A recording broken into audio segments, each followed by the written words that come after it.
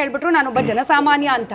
ಕೇವಲ ಅಯೋಧ್ಯ ವಿಚಾರ ಮಾತ್ರ ಅಲ್ಲ ಸರ್, ಒಂದ್ ಕಡೆ ಹರಿಯಾಣದಲ್ಲಿ ರೈತರ ಪ್ರತಿಭಟನೆ, ದೆಹಲಿಯಲ್ಲಿ ವಿದ್ಯಾರ್ಥಿಗಳ ಪ್ರತಿಭಟನೆ, ಅಯೋಧ್ಯ, ಉತ್ತರ ಪ್ರದೇಶ, ನಿಮ್ಮದೇ ಸರ್ಕಾರ ಇರತಕ್ಕಂತ ರಾಜ್ಯದಲ್ಲಿ ರಾಮನ ಹಣವನ್ನ ಕೂಡ ಉಳಿಸ್ಕೊಳ್ಳಿಕ್ ಸಾಧ್ಯ ಆಗ್ಲಿಲ್ಲ. ಒಂದ್ ರೀತಿಯಲ್ಲಿ ತ್ರಿಶೂಲ ವ್ಯೂಹ ರಚನೆ ಆಗ್ಬಿಟ್ಟಿದೆ ಮೋದಿ ಅವರ ಸುತ್ತಲೂ ಕೂಡ. ಕಷ್ಟನೇ ಇದೆ ಸರ್, ಸುಲಭ ಇಲ್ಲ.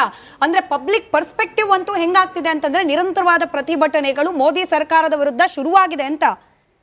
ಮೇಡಮ್ ಈಗ ರಾಹುಲ್ ಈ ತರ ಪ್ರತಿಭಟನೆಗಳನ್ನ ಬಿಜೆಪಿ ಬಹಳ ನೋಡಿದೆ ಮೇಡಮ್. ಅಲ್ಲಿ ಜನರ ವಿಶ್ವಾಸ ಇರೋದ್ರಿಂದ ಕಳೆದ 12 ವರ್ಷದಿಂದ ಆರಿಸಿ ಬರ್ತಾ ಇರುವಂತದ್ದು ಜನರ ವಿಶ್ವಾಸ ಇವಾಗ್ಲೂ ಕೂಡ ಉಳಿಸ್ಕೊಂಡಿದೀವಿ ನಾವು. ಅದಲ್ಲಿ ನಾವೇನ್ ಹೇಳೋದು ಗೊತ್ತಾ ಮೇಡಮ್, ಪ್ರತಿಭಟನೆ ಡೆಫಿನೆಟ್ ಆಗಿ ಆಗ್ಲಿ, ಯಾವುದೇ ವಿಷಯವಾಗಿ ಅದ್ರ ಬಗ್ಗೆ ಶಾಂತಿಯುತ ಪ್ರತಿಭಟನೆಗೆ ಅದು ಎಲ್ಲರೂ ಹಕ್ಕಿರುತ್ತೆ. ಆದರೆ ಆ ಪ್ರತಿಭಟನೆಯ ನೆಪದಲ್ಲಿ ದೇಶವನ್ನು ವಿಭಜಿಸುವ, ಪ್ರಧಾನಮಂತ್ರಿಗಳನ್ನು ಕೊಲ್ಲುವ ಬಗ್ಗೆ, ಧರ್ಮವನ್ನು ಕೊಲ್ಲುವ ಬಗ್ಗೆ, ಅಲ್ಲಾ ತೆರ ನಾಮ್ ರಹೇಗ ಬಗ್ಗೆ, ರಿವೋಕ್ 370 ಬಗ್ಗೆ, ಮತ್ತೆ ಯಾರು ಡೆಲ್ಲಿಯ ದಂಗೆ ಇತ್ತಲ್ಲ ಅವನ್ನ ಬಿಡುಗಡೆ ಮಾಡುವ ಬಗ್ಗೆ.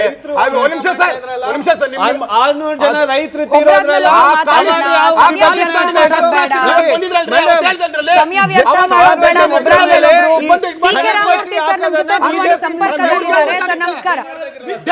CK. Ramamurthy sir Ramamurthy sir ನಮ್ಮ ಜೊತೆ ದೂರವಾಣಿ ಸಂಪರ್ಕದಲ್ಲಿದ್ದಾರೆ. ಸರ್ ನಮಸ್ಕಾರ. ನಿಮ್ ಸರ್ಕಾರಕ್ಕೆ ವಾಯ್ಸ್ ಹೋಗ್ತಾ ಇಲ್ಲ, ಎಲ್ಲಾರ್ದು ವಾಯ್ಸ್ ಕಟ್ ಆಗಿದೆ ಸರ್, ವಾಯ್ಸ್ ಹೋಗ್ತಾ ಇಲ್ಲ ಸರ್, ಸರ್ ನಮಸ್ಕಾರ. ಇವತ್ತಾದ ಪ್ರತಿಭಟನೆಯಲ್ಲಿ ಮೊಟ್ಟೆ ಏಟು ಬಿತ್ತು ಅನ್ನೋ ಮಾಹಿತಿ, ಮೊಟ್ಟೆ ಏಟಿನಿಂದ ವಿದ್ಯಾರ್ಥಿಗಳಿಗೆ ಯಾವ ರೀತಿ ನ್ಯಾಯ ಸಿಗುತ್ತೆ ಸರ್? ಹಲೋ ಸರ್ ಮಾತ್ರ ಆನ್ ಏರ್ ಅಲ್ಲಿ ಇಡಿ ದಯವಿಟ್ಟು. ಎಲ್ಲರದು ವಾಯ್ಸ್ ಮ್ಯೂಟ್. Thank you. ಯಾರ್ದು ವಾಯ್ಸ್ ಹೋಗ್ತಿಲ್ಲ ಸರ್, ವಾಯ್ಸ್ ಹೋಗ್ತಾ ಇಲ್ಲ ಸರ್, ವಾಯ್ಸ್ ಹೋಗ್ತಾ ಇಲ್ಲ. ರಾಮಮೂರ್ತಿ ಸರ್ ಕ್ಷಮೆ ಇರ್ಲಿ, ರಾಮಮೂರ್ತಿ ಸರ್ ಕ್ಷಮೆ ಇರ್ಲಿ. ನಿಮಗೆ ಮಾತ್ರ ಪ್ರಶ್ನೆ ಕೇಳ್ತಿದ್ದೀನಿ, ನೀವು ಒಬ್ರು ಉತ್ತರ ಕೊಟ್ರೆ ಸಾಕು. ವಾಯ್ಸ್ ಕಟ್ ಆಗಿದೆ ಸರ್, ವಾಯ್ಸ್ ಕಟ್ ಆಗಿದೆ. Kindly cooperate, there is a decorum please, ಅದನ್ನ ಫಾಲೋ ಮಾಡೋಣ ಎಲ್ಲರೂ. ಸಿ.ಕೆ. ರಾಮಮೂರ್ತಿ ಸರ್ ದೂರವಾಣಿ ಸಂಪರ್ಕದಲ್ಲಿದ್ದಾರೆ, ನಿಮ್ಮದೇ ಪಕ್ಷದ ಶಾಸಕರು ಯದುಕುಮಾರ್ ಸರ್. ಕೈಂಡ್ಲಿ ಅವ್ರಿಗೆ ಪ್ರಶ್ನೆ ಕೇಳಲಿಕ್ಕೆ ಅವಕಾಶ ಮಾಡ್ಕೊಡಿ. ರಾಮಮೂರ್ತಿ ಸರ್ ಕ್ಷಮೆ ಇರಲಿ, ನನ್ನ ವಾಯ್ಸ್ ಇವಾಗ ನಿಮಗೆ ಕ್ಲಿಯರ್ ಆಗಿ ತಲುಪ್ತಾ ಇದೆ ಅನ್ನೋ ಭರವಸೆಯೊಂದಿಗೆ ಪ್ರಶ್ನೆ ಕೇಳ್ತಾ ಇದ್ದೀನಿ. ಪ್ರತಿಭಟನೆ ಮಾಡ್ಲಿಕ್ಕೆ ಹೋದ ಬಿಜೆಪಿ ನಾಯಕರ ಮೇಲೆ ಮೊಟ್ಟೆ ಎಸೆತ ಅಂತೆ. ಈಗ ಮೊಟ್ಟೆ ಹೊಡೆಸ್ಕೊಂಡವ್ರ ಉದ್ದೇಶ ಏನು, ಮೊಟ್ಟೆ ಹೊಡೆದವ್ರ ಉದ್ದೇಶ ಏನು ಸರ್? ಈ ಎರಡು ಉದ್ದೇಶದಿಂದ ನೀಟ್ ವಿದ್ಯಾರ್ಥಿಗಳಿಗೆ ಯಾವ ರೀತಿ ನ್ಯಾಯ ಸಿಗುತ್ತೆ ಅಂತ ಒಂದೇ ಪ್ರಶ್ನೆ. ಬಹುಶಃ ದೂರವಾಣಿ ಸಂಪರ್ಕ ಕಡಿತ ಆಗಿದೆ. ಯದು ಸರ್ ಹಾಗೆ ಶತಬೀಶ್ ಸರ್ ದಯವಿಟ್ಟು ಒಬ್ಬರಾದ್ಮೇಲೆ ಒಬ್ರು ಮಾತನಾಡೋಣ. ಸಮಯ ವ್ಯರ್ಥ ಮಾಡೋದು ಬೇಡ. ಯದು ಸರ್ ನಿಮಗೆ ಪ್ರಶ್ನೆ ಕೇಳ್ತಿದ್ದೀನಿ. ನೀವಂದ್ರಿ ಬಿಜೆಪಿಗೆ ಪ್ರತಿಭಟನೆಯನ್ನ ಎದುರಿಸಿ ಅಭ್ಯಾಸ ಇದೆ, ಜನರ ವಿಶ್ವಾಸ ಗಳಿಸ್ಕೊಳ್ಳಿಕ್ಕೂ ಕೂಡ ವಿಶ್ವಾಸ ಇದೆ ಅಂತ ಹೇಳಿ. ಆದ್ರೆ ಒಂದು ಗೋಲ್ಡನ್ ಆಪರ್ಚುನಿಟಿ ನಿಮ್ಮ ಕೈಯಲ್ಲಿದ್ದದ್ದು. ನೀಟ್ ಪರೀಕ್ಷೆ ಯಾವಾಗ ಲೀಕ್ ಆಯಿತು, ಇನ್ನು ಮುಂದೆ ಒಂದೇ ಒಂದು ಪ್ರಶ್ನೆ ಪತ್ರಿಕೆ ಸೋರಿಕೆ ಆಗದೆ ಇರೋ ರೀತಿಯಲ್ಲಿ ಫುಲ್ ಪ್ರೂಫ್ ಸಿಸ್ಟಮ್ ತರ್ತೀವಿ ಅಂತೇಳಿ.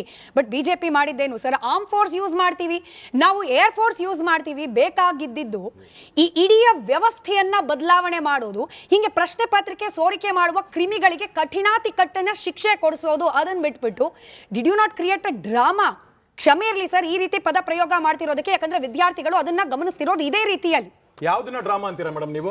ಏರ್ ಫೋರ್ಸ್, ಆರ್ಮ್ ಫೋರ್ಸ್ ಒಂದು ಪರೀಕ್ಷೆಗೆ ನಮ್ಮ ದೇಶ ಕಾಯುವಂತ ಯೋಧರನ್ನ ಬಳಕೆ ಮಾಡ್ಕೊಂಡಿದ್ದು ಸರ್. ನೀವು ಕೇಳಿದ್ರೆ ಅದಕ್ಕೆ ನಾನು ಹೇಳ್ತಾ ಇದ್ದೀನಿ, ಕಂಟಿನ್ಯೂ. ಪ್ರಶ್ನೆ ಪತ್ರಿಕೆ ಲೀಕ್ ಆದಿನೇ ಅದನ್ನ ರೀ ಎಕ್ಸಾಮ್ ಮಾಡ್ಬೇಕಂತಿದ್ದಂತದ್ದು, ವಿತಿನ್ 40 days ಅದು ರೀ ಎಕ್ಸಾಮ್ ಆಗಿದ್ದಂತದ್ದು. ಇದೆಲ್ಲ ಆಕ್ಷನ್ಸ್ ಮೇಡಮ್. ಅದಲ್ಲಿ ಯಾರು ಅದಕ್ಕೆ ಬಾಧಿತರಾಗಿದ್ರು, ಯಾರು ಅದನ್ನ ದೋಷಿತರಾಗಿದ್ರು 13 ಜನನ ಒಂದು ಒಳಗಡೆ ಹಾಕಿದ್ದೀವಿ. ಅದಲ್ಲಿ 2027 ನಲ್ಲಿ it's will be a digital format, no OMR ಆ ತರದ್ದು ಯಾವ್ದು ಇಲ್ಲ ಅಂತ ಈಗಾಗಲೇ ಶಿಕ್ಷಣ ಸಚಿವರು ಹೇಳಿದ್ದಾರೆ. ಶಿಕ್ಷೆ ಈ ತರದ್ ಇರ್ಬೇಕಾದಾಗ ಮೇಡಮ್ ಇವಾಗ ಪ್ರತಿಪಕ್ಷ ಬಂದು ಏನ್ ಕೇಳ್ತು, ಇದ್ರ ಬಗ್ಗೆ ಡಿಸ್ಕಷನ್ಸ್ ಬೇಕು ಅಂತ. ನಿನ್ನೆ minister of state Jitendra Singh ಬಂದು ಲೀಡರ್ ಆಫ್ ಆಪೋಸಿಷನ್ ಮುಂದೆ ಹೋಗಿ ಕೇಳಿದ್ರು, the government is ready for the discussions. Parliament ಅಲ್ಲಿ ನೀವ್ ಎಷ್ಟು ಬೇಕಾದ್ರೂ ಸಮಯ ತಗೊಳ್ಳಿ, ಡಿಸ್ಕಸ್ ಮಾಡಿ ಅಂತ. ಮತ್ತೆ 4 ಗಂಟೆಗೆ ಹೋಗಿ ಕೇಳ್ತಾರೆ, ನೋ ವಿ ಆರ್ ಮೀನ್ಸ್ ನಮ್ ಗೋಲ್ ಪೋಸ್ಟ್ ಮತ್ತೆ ಚೇಂಜ್ ಆಗಿದೆ ಅಂತ. ನೀವು ಡಿಸ್ಕಸ್ ಮಾಡ್ಲೇಬೇಕಾಗಿದೆ. ಅಂದ್ರೆ ಸಂಸತ್ಗಿಂತ ಇಡೀ ಜಗತ್ ನೋಡ್ತಾ ಇರುತ್ತೆ, ರಾಷ್ಟ್ರದ ನೋಡ್ತಾ ಇರ್ತಾರೆ, ಯಾರು ನೀಟ್ ಇದ್ ಮಾಡ್ತಾ ಇರ್ತಾರೆ. ಅಲ್ಲಿ ನಿಮ್ಮ ಪ್ರಶ್ನೆ ಕೇಳಿ, ಅಲ್ಲಿ ಸರ್ಕಾರ ಜವಾಬ್ದಾರಿಯುತವಾಗಿ ಉತ್ತರ ಕೊಟ್ಟಿಲ್ವಾ ಅನ್ನೋದನ್ನ ಇಡೀ ದೇಶ ನೋಡುತ್ತೆ. ಸರ್ಕಾರದ ಕ್ರಮ ಏನಾಗಿತ್ತು, LOP ಅವರ ಕ್ರಮ ಏನಾಗಿತ್ತು, ದೇಶ ಜನ ನೋಡ್ತಾರೆ. ಸಿ.ಕೆ. ರಾಮಮೂರ್ತಿ ಸರ್ ಮತ್ತೊಮ್ಮೆ ಸಂಪರ್ಕದಲ್ಲಿದ್ದಾರೆ, ಅವ್ರ ಸಮಯನೂ ವೇಸ್ಟ್ ಮಾಡೋದು ಬೇಡ. ಸಿ.ಕೆ. ರಾಮಮೂರ್ತಿ ಸರ್, ಬಿಜೆಪಿ ಇವತ್ತು ಪ್ರತಿಭಟನೆ ಮಾಡುವಂತಹದ್ದು ಏನಿತ್ತು ಪರಿಸ್ಥಿತಿ, ಕಾರಣ ಏನಿತ್ತು? ಈಗ ಮೊಟ್ಟೆ ಹೊಡೆದವ್ರದ್ದು, ಮೊಟ್ಟೆ ಹೊಡೆಸ್ಕೊಂಡವ್ರದ್ದು ಇವ್ರ ಉದ್ದೇಶ ಏನು? ಈ ಉದ್ದೇಶದಿಂದ ನೀಟ್ನಿಂದ ಅನ್ಯಾಯಕ್ಕೆ ಒಳಗಾದ ವಿದ್ಯಾರ್ಥಿಗಳಿಗೆ ಏನ್ ಲಾಭ ಅಥವಾ ಏನ್ ನ್ಯಾಯ ಸಿಗುತ್ತೆ ಅಂತ? ರಾಮಮೂರ್ತಿ ಸರ್ ಧ್ವನಿ ತಲುಪ್ತಾ ಇದೆಯಾ? ರೈಟ್, ಬಹುಶಃ ಸಂಪರ್ಕದಲ್ಲಿ ಇಲ್ಲ ಅವರು. ಎನಿವೆ, ಆ ಪ್ರಶ್ನೆನ ನಂತರದಲ್ಲಿ ಅವರಿಂದ ರಿಯಾಕ್ಷನ್ ತಗೊಳ್ಳೋ ಪ್ರಯತ್ನ ಮಾಡ್ತೀವಿ. ಇಲ್ಲ, ಚಾಣಕ್ಯ ಸರ್, ನಿಮ್ಮಿಂದ ನನಗೆ ಬೇಕಾಗಿದ್ದು ಬಹಳ ಪ್ರಮುಖವಾಗಿ ನಮ್ಮಲ್ಲಿ ಕನ್ವಿಕ್ಷನ್ ರೇಟ್ ಅನ್ನೋದನ್ನ ಗಮನಿಸಿದ್ರೆ ಭಯ ಆಗ್ಬಿಡುತ್ತೆ ಸರ್. ಕಳೆದ 24 ವರ್ಷದಲ್ಲಿ ಮೇನ್ ಪರೀಕ್ಷೆಗಳು ನಾನು ಹೇಳ್ತಾ ಇರೋದು, ಚಿಕ್ಕ ಪುಟ್ಟ ಪರೀಕ್ಷೆಗಳು ಲೆಕ್ಕ ಹಾಕಿದ್ರೆ 100 ಆಗ್ಬಿಟ್ಟಿದೆ ಬಿಡಿ. 45 ಮೇಜರ್ ಕ್ವೆಶ್ಚನ್ ಪೇಪರ್ ಲೀಕ್ ಆಗಿದೆ. ಕನ್ವಿಕ್ಟ್ ಆಗಿರೋದು ಕೇವಲ ಇಬ್ಬರು. ಈಗ ಧರ್ಮೇಂದ್ರ ಪ್ರಧಾನ್ ಅವರ ರಾಜೀನಾಮೆ ಕೇಳ್ತಾ ಇದ್ದಾರೆ, ಫೇರ್ ಎನಫ್, ಅದರಿಂದ ನ್ಯಾಯ ಸಿಗುತ್ತೆ ಅನ್ನೋಂಗಿದ್ರೆ ಸಿಕ್ಬಿಟ್ಲಿ. ಬಟ್ ಹಿಂದೆ ಆದ ಕ್ವೆಶ್ಚನ್ ಪೇಪರ್ ಲೀಕ್ ಇಂದ ಯಾರ್ಯಾರು ರಾಜೀನಾಮೆ ತಗೊಂಡ್ರು, ಏನೇನು ಸೊಲ್ಯೂಷನ್ಗಳು ಸಿಕ್ತು, ಶಿಕ್ಷೆ ಇರೋದೇನು 5 ರಿಂದ 6 ವರ್ಷ ಜೈಲು, ಬೇಲ್ ಅನಾಯಾಸವಾಗಿ ಸಿಗುವಂತಹ ಸೆಕ್ಷನ್ಗಳ ಅಡಿಯಲ್ಲಿ ಅವ್ರ ವಿರುದ್ಧ ಕಾನೂನು ಆಗಬೇಕಾಗಿರೋದು ಆಮೂಲಾಗ್ರ ಬದಲಾವಣೆ ಅಲ್ವಾ? ಕೇವಲ ಒಂದು ರಾಜೀನಾಮೆ ಸಿಗ್ಲಿ, ಅದು ಕೂಡ ಪಡ್ಕೊಳ್ಳಿ, ವಿದ್ಯಾರ್ಥಿಗಳಿಗೆ ನಿಜವಾಗ್ಲೂ ಅದೇ ಬೇಕಾಗಂಗಿದ್ರೆ. ಬಟ್ ಕೇವಲ ಒಂದು ರಾಜೀನಾಮೆ ನಮ್ಮ ಇಡೀ ಈ ರೋಗಗ್ರಸ್ತ ಎಕ್ಸಾಮಿನೇಷನ್ ಸಿಸ್ಟಮ್ ಇದೆಯಲ್ಲ ಸರಿ ಮಾಡಿಬಿಡುತ್ತಾ ಚಾಣಕ್ಯ ಅವರೇ? ಯಾವುದೇ ಕಾರಣಕ್ಕೂ ಸರಿ ಹೋಗಲ್ಲ ಮೇಡಮ್. ಯಾತಕ್ಕಂದ್ರೆ ಇವಾಗ ಒಂದು ಪ್ರಮುಖ ಎಕ್ಸಾಮ್, ಫಾರ್ ಎಕ್ಸಾಂಪಲ್ ನೀಟ್ ಪ್ರಶ್ನೆ ಪತ್ರಿಕೆನೆ ತಗೊಳ್ಳಿ. ಈಗ ಅದರಲ್ಲಿ 13 ಜನನ ನಾವು ಅರೆಸ್ಟ್ ಮಾಡಿ ಒಳಗೆ ಹಾಕಿದ್ವಿ ಅಂತ ಬಿಜೆಪಿ ವಕ್ತಾರರು ಹೇಳ್ತಾ ಇದ್ದಾರೆ. ಇವಾಗ ಅವ್ರನ್ನ ಒಳಗಡೆ ಹಾಕಿದ ತಕ್ಷಣ ಅವ್ರನ್ನ ಸಾಯೋವರೆಗೂ ಅವ್ರನ್ನ ಜೈಲಲ್ಲಿ ಇಡಲ್ಲ. ಅವ್ರಿಗೂ ಕೂಡ ಬೇಲ್ ಸಿಗೋದಕ್ಕೆ ಅವಕಾಶ ಇದೆ, ಮತ್ತೊಂದು ಎಲ್ಲದಕ್ಕೂ ಅವಕಾಶ ಇದೆ. ನಾನು ಹೇಳುವಂಥದ್ದು, ಅದು ಕೇಂದ್ರ ಸರ್ಕಾರ ಇರ್ಬೋದು, ರಾಜ್ಯ ಸರ್ಕಾರ ಇರ್ಬೋದು, all irrespective of all political party. ನಾನು ಹೇಳೋದು, ಇಂಥ ಪರೀಕ್ಷೆಗಳಲ್ಲಿ ಈ ತರ ಅಕ್ರಮ ಎಸಗೋರು, ವಿದ್ಯಾರ್ಥಿಗಳ ಭವಿಷ್ಯದ ಜೊತೆ ಚೆಲ್ಲಾಟ ಆಡ್ತಕ್ಕಂಥ ಈ ಕ್ರಿಮಿಕೀಟಗಳು ಯಾರಿದ್ದಾರೆ, ಇವ್ರನ್ನ ಒಂದು ಗಲ್ಲಿಗೇರಿಸಬೇಕು, ಇಲ್ಲಾಂದ್ರೆ ಶೂಟ್ ಅಟ್ ಸೈಟ್ ಆರ್ಡರ್ ಕೊಡಬೇಕು ಅಂತ ಹೇಳಿ ಈ ಒಂದು ಸಂದರ್ಭ ನಾನು ಹೇಳ್ತಾ ಇದೀನಿ ಮೇಡಮ್. ಬಹಳ ನೋವಿನಿಂದ ಹೇಳ್ತಾ ಇದೀನಿ. ಯಾತಕ್ಕಂತ ಹೇಳಿದ್ರೆ, ಇವತ್ತು ಪ್ರಾಣವನ್ನ ಕಳ್ಕೊಂಡಿರ್ತಕ್ಕಂಥವ್ರು, ಅವ್ರ ತಂದೆ ತಾಯಿ ಪರಿಸ್ಥಿತಿ ಏನಂತ ನಮಗೆ ಗೊತ್ತಿದೆ ಮೇಡಮ್. ಯಾತಕ್ಕಂದ್ರೆ ನಾನು ಒಬ್ಬ ಸ್ಪರ್ಧಾರ್ಥಿಯಾಗಿ ಇಲ್ಲಿವರೆಗೂ ಕೂಡ ಬಂದಿದ್ದೀನಿ ನಾನು.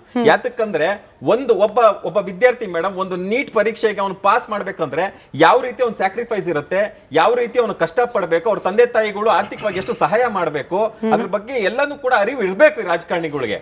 ಅದು ಬಿಟ್ಟು ಇವತ್ತು ವಿದ್ಯಾರ್ಥಿಗಳ ಭವಿಷ್ಯ ಜೊತೆ ಚೆಲ್ಲಾಟ ಆಡಿ ಇವ್ರು ರಾಜಕೀಯ ಮೈಲೇಜ್ ತಗೊಳಕ್ ಹೋಗಿ ಇವತ್ತು ಇವ್ರು ನಮ್ ಕಣ್ಣು ಮುಂದೆ ಇವತ್ತು ರಾಜಕೀಯ ಕೆಸರಾಟ ಆಡ್ತಾರೆ. ಆದ್ರೆ ಇವರೆಲ್ಲ ಒಳಗಡೆ ಇವರು ಒಂದೇ ನಾಣ್ಯದ 2 ಮುಖಗಳು, ಇವರು ಒಂದೇ ಪಕ್ಷ 2 ರೆಕ್ಕೆಗಳು. ವಿನಯ್ ಚಂದ್ರ ಅವರೇ, ದುರಂತ ಅಂತಂದ್ರೆ ಸದ್ಯಕ್ಕೆ UPSC ಒಂದು ಬಿಟ್ರೆ 10ನೇ ಕ್ಲಾಸು 12ನೇ ಕ್ಲಾಸಿನ ಪ್ರಶ್ನೆ ಪತ್ರಿಕೆಯಿಂದ ಹಿಡಿದು ರೈಲ್ವೆ ಪರೀಕ್ಷೆಯವರೆಗೂ ಬಹುತೇಕ ಎಲ್ಲಾ ಪರೀಕ್ಷೆಗಳ ಪ್ರಶ್ನೆ ಪತ್ರಿಕೆ ಸೋರಿಕೆ ಆಗ್ತಲೇ ಇದೆ.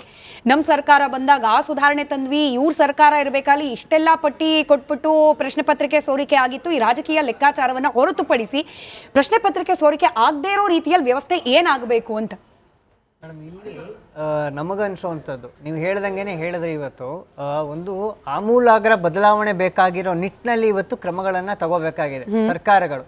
ಅಲ್ಲಿ ರಾಜ್ಯ ಇರಲಿ, ಕೇಂದ್ರ ಇರಲಿ, ಪಕ್ಷಗಳು ಯಾವುದೇ ಬಂದರೂ ಕೂಡ ಇವತ್ತು ಪರೀಕ್ಷೆಗಳು ಯಾವುದೇ ನಿಟ್ಟಿನಲ್ಲಿ ನೋಡಿದ್ರು ಹಗರಣಗಳೇನು ಕಡಿಮೆ ಆಗ್ತಾ ಇಲ್ಲ. ಇವತ್ತು ಅಲ್ಲಿ ನಮಗನ್ಸೋವಂಥದ್ದು ಸೂಕ್ತವಾದ ಕ್ರಮಗಳನ್ನು ತಗೊಳ್ಳೋ ನಿಟ್ಟಿನಲ್ಲಿ ಅಲ್ಲಿ ಮೆಜರ್ಸ್ಗಳನ್ನು ಏನು ತಗೋಬೇಕು, ಯಾವುದೇ ನಿಟ್ಟಿನಲ್ಲಿ ಇವತ್ತು ಚರ್ಚೆಗಳಾಗಿರಲಿ, ಅದಕ್ಕೆ ಬೇಕಾದಂಥ ಕ್ರಮಗಳನ್ನು ಯಾರು ಕೂಡ ಇವತ್ತು ತಗೊಳ್ತಾ ಬರ್ತಾ ಇಲ್ಲ. ಇದಕ್ಕೆ ಬೇಕಾಗಿರುವಂಥ ಮೆಜರ್ಸ್ಗಳನ್ನು ತಗೊಳ್ಳೋ ನಿಟ್ಟಿನಲ್ಲಿ ಚರ್ಚೆಗಳಾಗಬೇಕು. ಅದಕ್ಕೆ ನಾವು ಇದೇ ಹೇಳ್ತೀವಿ, ಪ್ರಜಾಪ್ರಭುತ್ವ ಅಂತ ಮಾತಾಡ್ತೀವಿ. ಚರ್ಚೆಗಳನ್ನು ಕರೀರಿ ಅಂತ ಹೇಳಿದ್ರು ಕೂಡ ಇವತ್ತು ಸರ್ಕಾರಗಳು ಚರ್ಚೆಗಳನ್ನು ಮಾಡೋದಕ್ಕಾಗ್ದಲ್ಲ ಹಿಂದೆ ಸರಿತಾ ಹೋಗ್ತಾ ಇದೆ. ನಾವು ಇದನ್ನ ವಿರೋಧಿಸೋದ್ರ ಜೊತೆಗೆ ಈ ಕ್ರಮಗಳನ್ನ ತಗೊಳ್ಬೇಕು ಅನ್ನೋದ್ರ ಮೂಲಕ ನನಗೆ ಸಮಯ ಸರ್, ಇರೋದೇ 30 ಸೆಕೆಂಡ್ ಸಮಯ. 92% 92% ಜನರಿಗೆ ಅನಿಸ್ತಾ ಇದೆ ರಾಜಕೀಯ ಹೈಜಾಕ್ ಆಗೋಗ್ತಾ ಇದೆ ವಿದ್ಯಾರ್ಥಿಗಳ ಪ್ರತಿಭಟನೆ ಅಂತ. ಸಮಯ ಸರ್ ಹೇಳಿ, ಅದಾದ್ಮೇಲೆ ಲೋಹಿತ್ ಅವರು ಉತ್ತರ ಕೊಡಲಿ ಇದಕ್ಕೆ. ಒಂದು ರಾಜಕಾರಣ ಹೈಜಾಕ್ ಆಗ್ತಿದೆ ಮತ್ತು ನಿಜವಾದ ಇಶ್ಯೂಸು ಡೈವರ್ಟ್ ಆಗ್ತಾ ಇದೆ ಅನ್ನೋದು ನಮಗೆ ಮೇಲ್ನೋಟ ಕಾಣಿಸುತ್ತೆ. ಆದರೆ ಕೇಂದ್ರ ಸರ್ಕಾರ ಈ ವಿಚಾರದಲ್ಲಿ ಹೆಚ್ಚು ಸೆನ್ಸಿಬಲ್ ಆಗಿ ವರ್ತಿಸಬೇಕಿತ್ತು. ಇಡೀ ಇಶ್ಯೂನ ಹ್ಯಾಂಡಲ್ ಮಾಡಿದ ರೀತಿ ಇದೆಯಲ್ವಾ, ನಮ್ಮನ್ನು ಯಾರು ಪ್ರಶ್ನೆ ಮಾಡೋರು, ನಮ್ಮನ್ನ ಯಾರು ನಮ್ಮ ಮುಂದೆ ಯಾರಿದ್ದಾರೆ ಅನ್ನುವ ಟೋನ್ ಇದೆಯಲ್ಲ, ಆ ಟೋನ್ ಇಂದಾಗಿ ಈ ಒಂದು ಪ್ರಕರಣದ ಪ್ರತಿಭಟನೆಯನ್ನ ಹೇಗೆ ಹ್ಯಾಂಡಲ್ ಮಾಡಬೇಕಾಗಿತ್ತೋ ಹಾಗೆ ಹ್ಯಾಂಡಲ್ ಮಾಡ್ದಲೇನೆ, ಮತ್ತು ಇದಕ್ಕೆ ಸರಿಯಾದ ಸೂಕ್ತ ಪರಿಹಾರವನ್ನ ಕಿವಿಗೊಟ್ಟು ಕೇಳ್ದಲೇನೆ ಇದು ಇಷ್ಟೊಂದು ಒಂದು ದೊಡ್ಡ ಕ್ರೈಸಿಸ್ನ ಸ್ವರೂಪಕ್ಕೆ ಕೇಂದ್ರ ಸರ್ಕಾರ ಪರೋಕ್ಷವಾಗಿ ಅಥವಾ ಪ್ರತ್ಯಕ್ಷವಾಗಿ ಬಿಜೆಪಿ ಕೂಡ ಕಾರಣವಾಗೋಯ್ತು ಅಂತ ಹೇಳಿದೆ. ನಾನು 20 ಸೆಕೆಂಡ್ ಉತ್ತರ ಕೊಡ್ತೀನಿ. ರಾಜೀನಾಮೆ ಅಂದ್ರೆ is unfit to be there ಅಂತ ಅಷ್ಟೇ. ಆತ ಆ ಕಾರ್ಯವನ್ನ ಸರಿಯಾಗಿ ಮಾಡಿಲ್ಲ, ಆತನ ತೆಗಿಬೇಕು ಅಂತ ಹೇಳಿ.